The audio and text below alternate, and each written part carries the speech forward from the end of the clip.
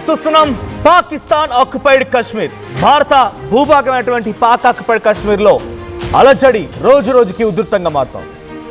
అక్కడి పాకిస్తాన్ ప్రభుత్వంకి వ్యతిరేకంగా పీఓకేలో ఆందోళన చేపడుతున్నారు. JAAC joint Awami action committee. ఇప్పుడు ఇవి తీసుకునే నిర్ణయాలు సంచలనంగా మారుతున్నాయి. ఒక నేపాల్ మాదిరిగా, ఒక శ్రీలంక మాదిరిగా, ఒక బంగ్లాదేశ్ మాదిరిగా అక్కడి ప్రభుత్వాన్ని వేటాడి చంపడానికి ఈ జాక్ ఏర్పాటైంది. ఈ జాక్ చేస్తున్నటువంటి ప్రొటెస్ట్ దేనికి తెలుసా? అక్కడ హైడల్ ప్రాజెక్ట్స్ ఎక్కువగా ఉన్నాయి పీఓకేలో. అక్కడి నుంచే హైడల్ ప్రాజెక్ట్స్ ని పవర్ ప్రొడ్యూసింగ్ చేసి అక్కడి పబ్లిక్కే అధిక మొత్తంలో ధరకు అమ్ముతున్నారు. వీట్ ఫ్లోర్ అంటే ఎక్కువగా గోధుమలకు సంబంధించి కూడా షార్టేజ్ ఉంది. సబ్సిడీ కూడా మాపేశారు. Reduction in government privileges and expenses schemes లేవు. రావాల్సిన పథకాలు సరిగ్గా రావడం లేదు. గ్రేటర్ అకౌంటబిలిటీ ఇన్ గవర్నమెంట్ మొత్తం కూడా అవినీతికి పాల్పడుతోంది. ఇది జాయింట్ అవామీ యాక్షన్ కమిటీ చేస్తున్నటువంటి ప్రొటెస్ట్కి కారణం. ఇప్పుడు ఈ ప్రొటెస్ట్ ఏ స్థాయిలోకి వెళ్ళిందనంటే ముజఫర్బాద్, కోట్లీ, రావల్కోటి, తర్వాత మీర్పూర్, బింబిర్ ఈ ప్రాంతాల్లో చూడండి అక్కడ జరుగుతుందంతా నిరసనే. ఆ కనిపించేటువంటి ఆ లైట్స్ అన్నీ కూడా వాళ్ళ నిరసనలో భాగంగా వారంతా సెల్ ఫోన్ టార్చ్ ఆన్ చేసి తమ సంఘీభావాన్ని, మద్దతుని తెలుపుతున్నటువంటి విజువల్స్ అవన్నీ కూడా. అంటే ఇసుకేస్తే రాళ్ళంత జనం. పీఓకే మొత్తం కూడా ఆందోళన బాట పట్టింది. కేవలం due to inflation, unemployment, completely corruption, power prices increase, కంప్లీట్గా అక్కడ ఒక అగమ్య గోచరమైనటువంటి పరిస్థితి నెలకొందన్నట్టుగా వారంతా ఆందోళన చేపడుతున్నారు. సుమారుగా ఈ రోజుకి 22 రోజులు కావస్తోంది. రావల్కోట్ వీధులు మొత్తం కూడా పాక్కి వ్యతిరేకంగా భారీ నిరసనలకి కేంద్ర బిందువుగా మారాయి. ఆర్థిక కష్టాలు, ఇన్ఫ్లేషన్తో విసిగిపోయారు జనమంతా. ప్రభుత్వ అణచివేతకి వ్యతిరేకంగా వీధుల్లోకి వచ్చి స్థానికులంతా ఆందోళన చేపడుతున్నారు. మాకు పాకిస్తాన్ వద్దు, మేము భారత్తోనే ఉంటామంటూ నినాదాలు చేస్తున్నారు. పాకిస్తాన్ ఆక్యుపైడ్ కశ్మీర్లో, పాకిస్తాన్లో భాగంగా అక్కడ మేము భాగం కాదు అంటూ నిరసనలు వ్యక్తమవుతున్నాయి. పాకిస్తాన్లో మేము ఎట్టి పరిస్థితుల్లో వన్ ఆఫ్ ది పార్ట్ కాదు అంటున్నారు. నిరసనల వార్తలు బయటకు రాకుండా ఇంటర్నెట్ నిలిపివేశారు. ఒక హై ఎమర్జెన్సీ కొనసాగుతోంది. పీఓకేలో కనీసం ఎసెన్షియల్ గూడ్స్, నిత్యావసర సరుకులని కూడా అందించడానికి అక్కడి పోలీసులు, ఆర్మీ సిద్ధంగా లేదు. అక్కడి కట్ చేస్తోంది. రేషన్ కట్ చేసింది. మెడిసిన్స్ కట్ అయిపోయాయి. తిండి కూడా ఆపేసి మమ్మల్ని చంపేస్తామంటూ ఆగ్రహం వెలగక్కుతున్నారు. ఇక పాక్ చర్యలతో మరింత ఉధృతంగా మారుతోంది. ఉద్యమం రోజు రోజుకి తీవ్రంగా మారుతోంది. 22 రోజులు అవుతోంది. రోడ్లపైనే వేలాది మంది జనం ఆందోళన చేపడుతున్నారు. ఇక పీఓకేలో పరిస్థితుల్ని క్లోజ్ గా మానిటర్ చేస్తున్నారు అమిత్ షా. పీఓకే భారత్ లో అంతర్భాగమని కేంద్రం ప్రకటించమేంటి? ఎప్పటి నుంచో మనం అనుకుంటూనే ఉన్నాం. పాకిస్తాన్ ఆక్యుపైడ్ కాశ్మీర్ అది కేవలం ఆక్రమిత ప్రాంతం మాత్రమే, కానీ దాని భూభాగం, అంతర్భాగం మొత్తం భారతదేశంతోనే. భారతదేశంలో వన్ ఆఫ్ ది పార్ట్ అది, భారతదేశానికి సంబంధించినటువంటి భూభాగం అది. కానీ వాళ్ళు ఆక్యుపై చేసి దాన్ని కొంత ఇబ్బందులకు గురి చేయాలనుకుంటున్నారు. సో ఇప్పుడు ఆ దిశగానే అక్కడ పాకిస్తాన్ వద్దు, మాకు భారతే ముద్దు అని చెప్పి ఆందోళనకారు నిరసన వ్యక్తం చేస్తున్నారు. ఒకసారి అక్కడ ఎటువంటి ఆందోళన జరుగుతోంది, రావల్కోట్ దగ్గర ఎటువంటి సిచ్యువేషన్ ఉంది, ఆ వీధుల వెంట ఎటువంటి హైలైట్ కొనసాగుతున్నాయి, ఆ వీడియో చూద్దాం.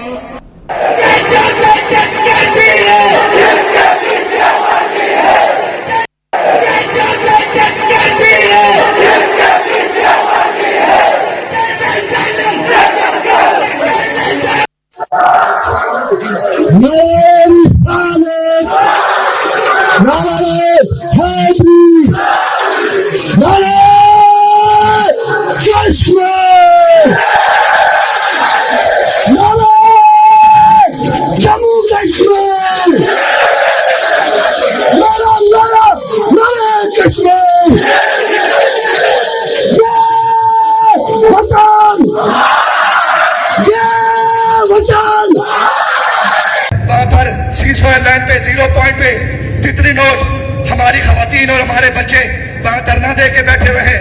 ये जो कहते हैं कि राशन जो है वो कश्मीरियों का राशन बंद करेंगे, मैं कहता हूं हमें तुम्हारे राशन की जरूरत नहीं है, तुम्हें हमारी जरूरत है। थोड़ा ख्याल करो, तुम्हें हमारी जरूरत है। कहीं ऐसा न हो कि बाकी रास्ते खुल जाएं और फिर तुम हमारे मिलते करो, हमारे तरले करो। कहीं ऐसा न हो, कहीं ऐसा न हो कि तजारती रास्ते फिर बाकी इख्तियार कर लिए जाएं।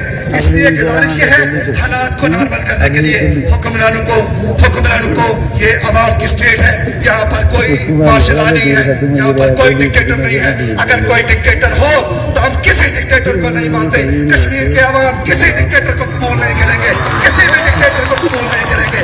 इसलिए गुजारिश इनसे यही है, यही इनके साथ जो है वो हम जो है वो पुरअमन ज़बान में यही हम इनसे कहना चाहते हैं कि कश्मीर के लोग अब आपकी बैत రైట్ జాక్ పేరుతో జాయింట్ అవమీ యాక్షన్ కమిటీ పేరుతో పీఓకేలో అలజడి కొనసాగుతోంది, ఉద్రిక్తంగా మారుతోంది. 22 రోజులుగా రావల్కోట్, ముజఫర్బాద్, కోట్లీ, బింబిర్ ఈ ప్రాంతాల్లో భయంకరమైనటువంటి ఒక ఆందోళన నెలకొంది. ఇన్ఫ్లేషన్ కారణంగా, ఉద్యోగాలు లేకపోవడం కారణంగా, స్కీమ్స్ అందుబాటులో లేకపోవడం కారణంగా ప్రతిదీ ఒక హై ఇన్ఫ్లేషన్కి దారితీసి కనీసం ప్రజలు బతకలేకపోతున్నారు. పాకిస్తాన్ షహబాజ్ షరీఫ్ గారికి చుక్కలు చూపిస్తున్నారు. వ్యక్తిగతంగా అక్కడి ప్రాంతంలో వేరే ఒక పాలిత ప్రాంతం, పాకిస్తాన్లో భాగమైనా కూడా అక్కడ కూడా ప్రభుత్వాలు ఉన్నాయి, పీఓకేలో కూడా అక్కడ కూడా కొంతమంది నాయకులు ఉన్నారు. రానున్న రోజు ఎన్నికలు కూడా ఉన్నాయి. జూలై 27వ తేదీన పీఓకేలో ఎన్నికలు ఉన్నాయి, లెజిస్లేటివ్ అసెంబ్లీ ఎన్నికలు ఉన్నాయి. అయితే ఆ ఎన్నికల నేపథ్యంలో ఎలాగైనా సరే మేము మా ప్రభుత్వాన్ని ఏర్పాటు చేసుకుని, లేదంటే భారత్లో కలిసిపోతాం, మేము భారత భూభాగమే, మేము భారతదేశానికి సంబంధించిన వాళ్ళమే, పాకిస్తాన్ వాళ్ళం కాదు అని నిరసనలో పలువురు ఆందోళన కూడా చేపడుతున్నట్టు తెలుస్తోంది. 12 రిజర్వ్డ్ అసెంబ్లీ సీట్స్ కోసం కూడా వాళ్ళంతా డిమాండ్ చేస్తూ ఉన్నారు. JAC strongly oppose the continuation of 12 reserved seats, assembly reserved seats allocated to refugees from Indian administrated Jammu Kashmir who live elsewhere in Pakistan. So 12 reserved seats కూడా ఉన్నాయట, దాన్ని కూడా విభేదిస్తున్నారు. July 27న ఎన్నికలు ఉన్నాయి. These representatives do not reside in POJK. Pakistan occupied కశ్మీర్లో ఉన్నటువంటి వాళ్ళకు కూడా రిజర్వేషన్లు కల్పించి వాళ్ళకి అవకాశం కల్పించడం పొరపాటు అంటున్నారు. అంటే పాకిస్తాన్కి సంబంధించిన వాళ్ళు వేరే పంజాబ్ ప్రావిన్స్ కానీ, ఖైబర్ పఖ్తుంఖా ప్రావిన్స్లో వచ్చిన వాళ్ళు కానీ ఇక్కడికి వచ్చి ప్రతినిధులుగా వాళ్ళకి చలామణి అవుతున్నారు. సో దీన్ని బ్యాన్ చేస్తున్నారు. సో జాక్ని ఒక బ్యాండ్ ఆర్గనైజేషన్గా పాకిస్తాన్ డిక్లేర్ చేసినా ఏమాత్రం కూడా వెనక్కి తగ్గడం లేదు. యాజ్ ఆఫ్ నౌ 20 మంది నిరసన కారకుల్లో దాంట్లో నాయకులు మరణించారు, 20 మంది చనిపోయారు, 4 పోలీస్ ఆఫీసర్లు చనిపోయారు, 97 మంది పోలీసులకి గాయాలయ్యాయి. డజన్స్ ఆఫ్ ప్రొటెస్టర్స్, అంటే కొన్ని పదుల సంఖ్యలో నిరసన తెలుపుతున్న వారంతా కూడా గాయాల పాలయ్యాయి. మోర్ దాన్ 500 పీపుల్ జైన్ during the security crackdown. 500 మంది ఇప్పటికి అరెస్ట్ అయ్యారంట. ఒకరికారు ఇద్దరు 500 మంది అరెస్ట్ అయ్యారు. జూన్ 9న 11 మంది చనిపోయారు. ఆ తర్వాత జూన్ 12న 20 మంది చనిపోయారు. జూలై 1 అంటే ఈ రోజుకి ఆ డెత్ కౌంట్ సుమారుగా 25కు పైచిలుకానే ఉంది. ఇక వందలాది మంది పోలీసులకు గాయాలయ్యాయి, వందలాది మంది ప్రొటెస్టర్లకు గాయాలయ్యాయి. 500 మందికి పైగా సామాన్య నిరసనకారులను అరెస్ట్ చేశారు పోలీసులు. జూలై 27న ఎన్నికలు రాబోతున్న తరంలో ఇది రోజు రోజుకి ఉధృతంగా మారుతోంది. మేము పాకిస్తాన్ ఆక్యుపైడ్ కాశ్మీర్ కాదు, మేము భారత భూభాగం వంటి వాళ్ళందరూ కూడా ఆందోళన చేపడుతున్నారు. అయితే అటు ఈ సిచ్యువేషన్ని ఎప్పటికప్పుడు మినిట్ టు మినిట్ మానిటర్ చేస్తున్నారు కేంద్ర హోంశాఖ మంత్రి అమిత్ షా. సో కేంద్ర హోంశాఖ మంత్రి అమిత్ షా ఎప్పటికప్పుడు మానిటర్ చేస్తుండడంతో కొంత భారత ప్రజల నుంచి కానీ, భారత ప్రభుత్వం నుంచి కానీ, ముఖ్యంగా ఆర్మీ నుంచి ఏదో ఒక యాక్షన్ ఉండబోతోంది అనేటువంటి ఒక మాట అయితే ప్రధానంగా చర్చ జరుగుతోంది. పీఓకేని ఎప్పటికైనా మన భారత్లో పూర్తి స్థాయిలో విలీనం చేసుకోవాలనేది భారత ప్రభుత్వాలు, భారత ప్రజలు ఆకాంక్షిస్తున్న మాట. సో దానికి సరైనటువంటి సమయం, సందర్భం కోసం వెయిట్ చేస్తోంది. ఇప్పుడు ఆ సమయం, సందర్భం వచ్చింది అన్నట్టుగా ప్రభుత్వాలు భావిస్తున్నట్టు తెలుస్తోంది. కొన్ని రోజులు 22 రోజులు అవుతోంది. 22 రోజులుగా నిరసనలు కొనసాగుతున్నాయి పాకిస్తాన్ ప్రభుత్వానికి వ్యతిరేకంగా. అంటే ఎటువంటి ఆందోళనలు అక్కడ జరుగుతున్నా అర్థం చేసుకోవచ్చు. సో ఇప్పుడు అక్కడ జరిగేటువంటి ఆందోళన సమయంలో భారత్ కనుక అవకాశాన్ని చేజిక్కించుకోగలిగితే డెఫినెట్గా పీఓకే ఇక ఎప్పటికీ మా భూభాగం కాదు, పీఓకే కాదు, కానీ అది కంప్లీట్ ఇండియా అనేటువంటి మాట వినిపించడం తథ్యం. కానీ ఆ దిశగా భారత ప్రభుత్వం అడుగు వేస్తాయిలే చూడాలి. బట్ ఏదేమైనా పాకిస్తాన్ ప్రధాని షహబాజ్ షరీఫ్కి వ్యతిరేకంగా, పాక్ ఆక్యుపైడ్ కాశ్మీర్లో ఉన్నటువంటి ప్రభుత్వాలకు వ్యతిరేకంగా రోడ్లపైకి కొన్ని లక్షలాది మంది జనం అక్కడ మీరు విజువల్ చూడవచ్చు ఎంతమంది జనం ఉన్నారనేది. అంతమంది జనం వచ్చి ఆ ప్రభుత్వాలు వ్యతిరేకంగా నినాదాలు చేయడం, ఆందోళన చేయడం అనేది డెఫినెట్గా ఒక ఆందోళన కలిగించే విషయం, పాకిస్తాన్ ప్రభుత్వానికి చుక్కలు కనిపించే విషయమే. సో ఇప్పుడు ఈ రోజు రోజుకి ఉద్రిక్తంగా మారుతున్న తరుణంలో ఇంకా రానున్న రోజు ఎటువంటి పరిస్థితి ఉంటుందో తలుచుకుంటేనే కొంత ఆందోళన కలుగుతోంది. సో పాకిస్తాన్ ప్రధాని షహబాజ్ షరీఫ్ని నేపాల్లో ఉన్నటువంటి మాదిరిగా, శ్రీలంక మాదిరిగా, బంగ్లాదేశ్ మాదిరిగా ఉరికించి తరిమి కొడతారేమో, అక్కడి పాకిస్తాన్ ప్రతినిధుల్ని తరిమి కొట్టి పీఓకేని భారత్లో పూర్తిగా విలనం చేస్తారేమో అక్కడ ప్రజలైనట్టుగా సిచ్యువేషన్ కనబడుతోంది.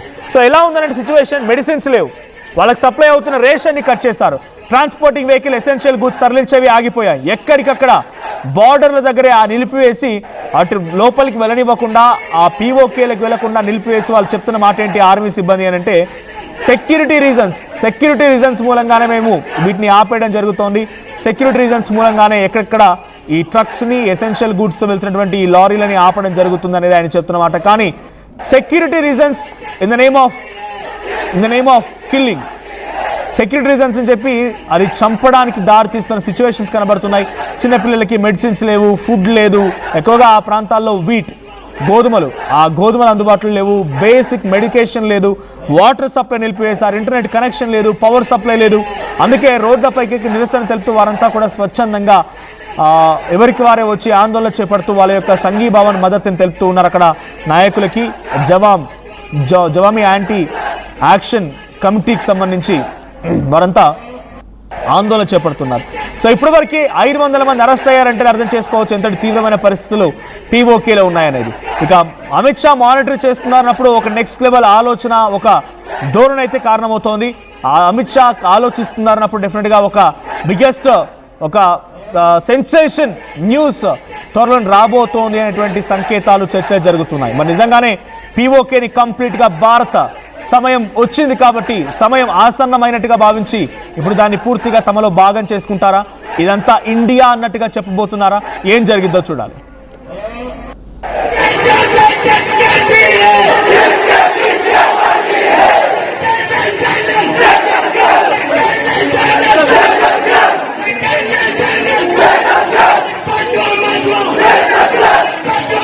वहां पर सीज़फायर लाइन पे 0 पॉइंट पे तितली नोट हमारी खवातीन और हमारे बच्चे वहां धरना दे के बैठे हुए हैं.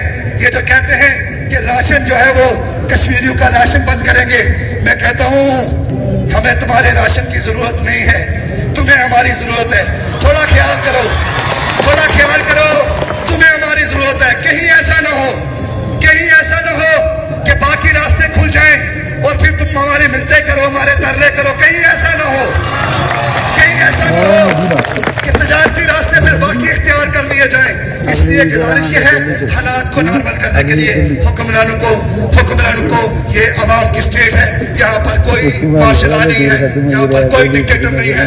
अगर कोई डिक्टेटर हो तो हम किसी डिक्टेटर को नहीं मानते. कश्मीर के अवाम किसी डिक्टेटर को कबूल नहीं करेंगे, किसी भी डिक्टेटर को कबूल नहीं करेंगे. इसलिए गुजारिश इनसे यही है, यही इनके साथ जो है वो हम जो है वो पुरअमन ज़बान में यही हम इनसे कहना चाहते हैं कि कश्मीर के लोग अब आपकी बैत नहीं करेंगे. कश्मीर के लोग जो है वो कश्मीरियों को, इनकी हालत अजीब है. मीडिया पे बैठते हैं, किसी ने वो बंदर के हाथ में माचिस दी थी, उसने सब चीजों को आग लगा दी थी. इन्होंने इनके हाथ में किसी ने मोबाइल दे दिया, ट्विटर दे दिया, जो उठता है कहता है कश्मीरी जो है वो पहले वफादारी का होता है. कश्मीर पाकिस्तान का हिस्सा नहीं है, कश्मीर पाकिस्तान की रियासत का हिस्सा नहीं है, हमसे वफादारी नहीं. तुम पाकिस्तान के उन मेहनत टूर्नामेंट ముందు పెయింట్ చిన్న చిన్న ఆనందాలు 35 ఏళ్లుగా నా జీవితంలో లేవు. 35 ఏళ్లుగా నేను డైపర్లలో బ్రతికాను. 6 సెంటీమీటర్ల ఫిస్టులా నా మూత్రాశయంలో లీక్ కారణమైంది. ఎవరూ నాకు సహాయం చేయలేకపోయారు. ఏఐఎన్యూలో వైద్యులను కలిసే వరకు అక్కడ వారు రోబోటిక్ శస్త్రచికిత్సతో నాకు పరిష్కారం ఇచ్చారు. వారు నా ఆత్మవిశ్వాసాన్ని కూడా తిరిగిచ్చారు. Precision care makes it possible. The Center for Robotic Surgery at AINU.